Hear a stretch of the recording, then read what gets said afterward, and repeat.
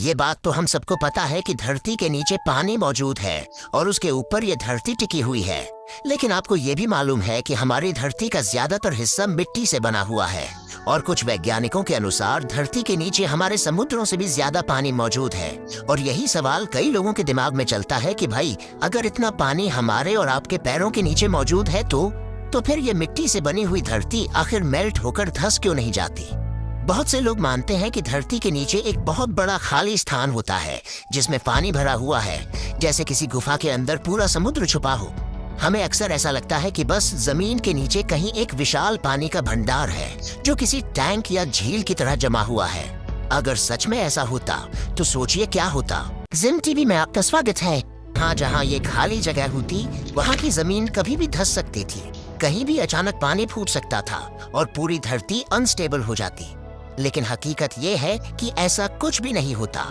यानी हमारी यह सोच पूरी तरह गलत है और असली सच्चाई इससे कहीं ज्यादा दिलचस्प है। असल में धरती के नीचे पानी किसी बड़े टैंक या समुद्र की तरह जमा नहीं होता, बल्कि यह छोटे छोटे छिद्रों में फंसा हुआ होता है जो मिट्टी, रेत और चट्टानों के बीच मौजूद होते हैं। इसे समझने के लिए एक स्पंज की कल्पना कीजिए। क्योंकि बाहर से वह ठोस दिखता है, लेकिन उसके अंदर हजारों छोटे छोटे छेद होते हैं जिनमें पानी भरा रहता है। ठीक इसी तरह जमीन के नीचे भी पानी फैला हुआ होता है, लेकिन वह कहीं एक जगह इकट्ठा नहीं होता, बल्कि हर जगह थोड़ा थोड़ा मौजूद रहता है। यानी सच्चाई यह है कि हमारे पैरों के नीचे कोई विशाल समुद्र नहीं, बल्कि एक छुपा हुआ जाल है जिसमें पानी धीरे धीरे फैला हुआ है। जमीन के नीचे मौजूद इसी पानी को हम भूजल कहते हैं।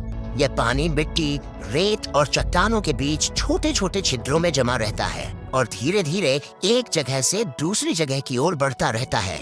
यह कोई तेज बहने वाली नदी नहीं होती, बल्कि बहुत ही धीमी गति से चलने वाला पानी होता है जो सालों में कुछ मीटर ही आगे बढ़ पाता है। जब हम कुआं खोदते हैं या हैंडपंप लगाते हैं तो हम इसी भूजल तक पहुंचते हैं।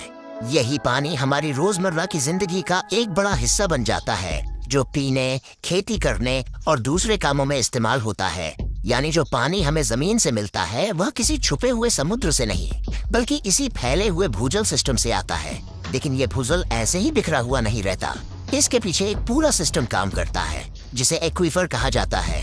एक्वीफर दरअसल जमीन के नीचे मौजूद ऐसी परतें होती हैं जो पानी को अपने अंदर स्टोर करके रखती हैं। ये परतें रेत, बजरी और छिद्रदार चट्टानों से बनी होती हैं, जिनमें पानी आसानी से भर सकता है और धीरे धीरे बह सकता है।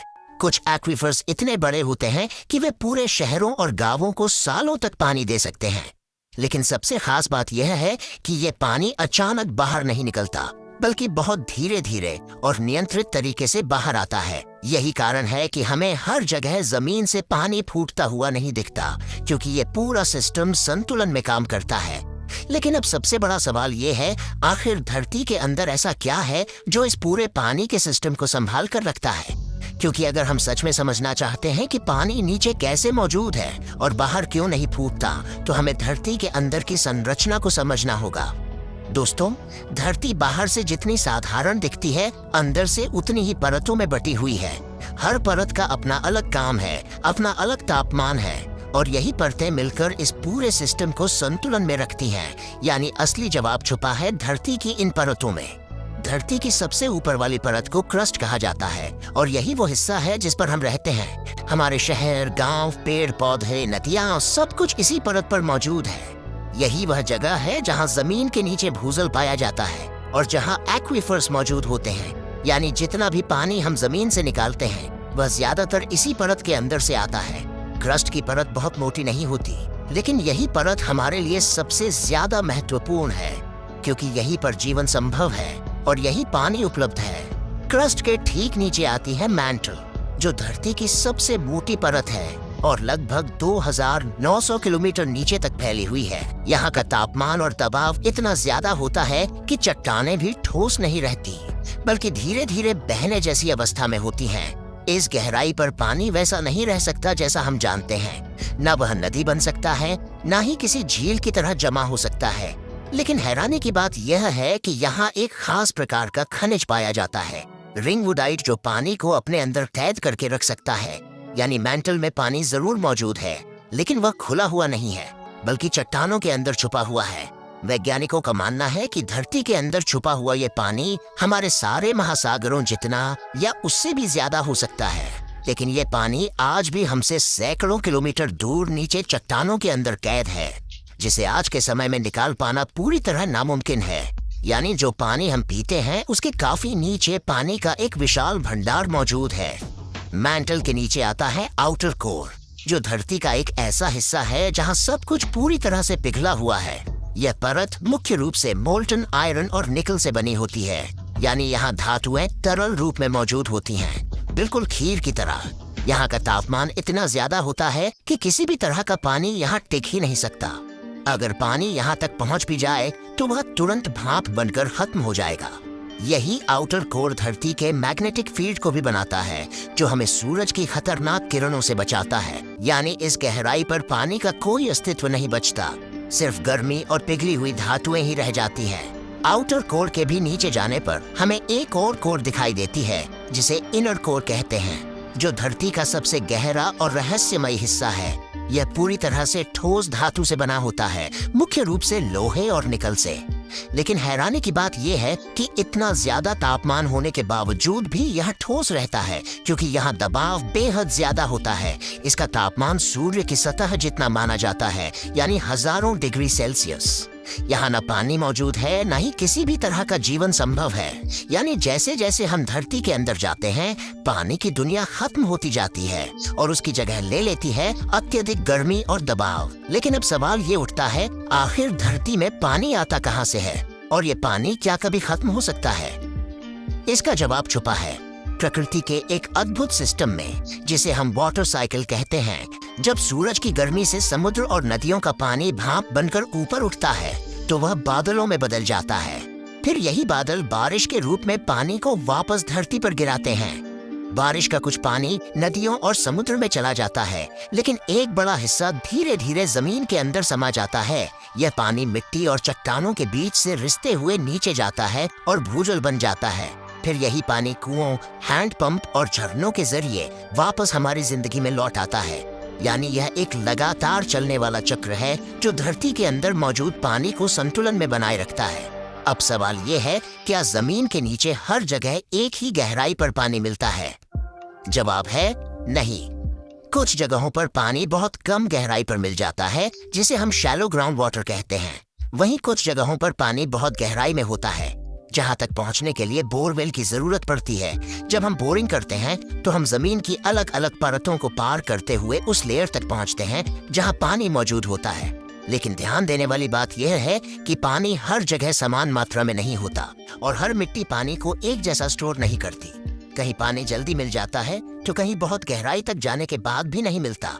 यानी जमीन के नीचे पानी एक समान नहीं फैला होता, बल्कि यह जगह जगह अलग अलग गहराई और मात्रा में मौजूद होता है। लेकिन अब एक और दिलचस्प सवाल ये है कि आखिर हर जगह पानी एक जैसा क्यों नहीं मिलता? इसका जवाब छुपा है दो वैज्ञानिक गुणों में, पोरोसिटी और परमिएबिलिटी। पोरोसिटी का मतलब होता है किसी मिट्टी या चट्टान में कितने छोटे छोटे छिद्र मौजूद हैं। जितने ज्यादा छिद्र होंगे उतना ज्यादा पानी वहां जमा हो सकता है। वहीं परमिएबिलिटी का मतलब है पानी कितनी आसानी से उन छिद्रों के बीच से गुजर सकता है। कुछ मिट्टी जैसे रेत पानी को आसानी से अंदर जाने देती है, इसलिए वहाँ पानी जल्दी जमा होता है। लेकिन कुछ मिट्टी जैसे चिकनी मिट्टी पानी को रोक लेती है, इसलिए वहाँ पानी का बहाव बहुत धीमा होता है। यानी धरती के नीचे पानी का पूरा खेल सिर्फ इस बात पर निर्भर करता है कि मिट्टी और चट्टानें उसे कितना जगह देती हैं और कितना बहने देती हैं। अब यहाँ एक और हैरान करने वाला कनेक्शन सामने आता है। धरती के अंदर मौजूद पानी और ज्वालामुखियों के बीच भी एक गहरा रिश्ता होता है। जब पानी बहुत गहराई में जाकर गर्म मैग्मा के संपर्क में आता है तो वह तेजी से भाप में बदल जाता है और यह भाप बहुत ज्यादा दबाव पैदा करती है, इतना ज्यादा कि वह चट्टानों को भी तोड़ सकती है। यही दबाव कई बार ज्वालामुखी विस्फोट यानी वोल्केनिक इरप्शन का कारण बनता है।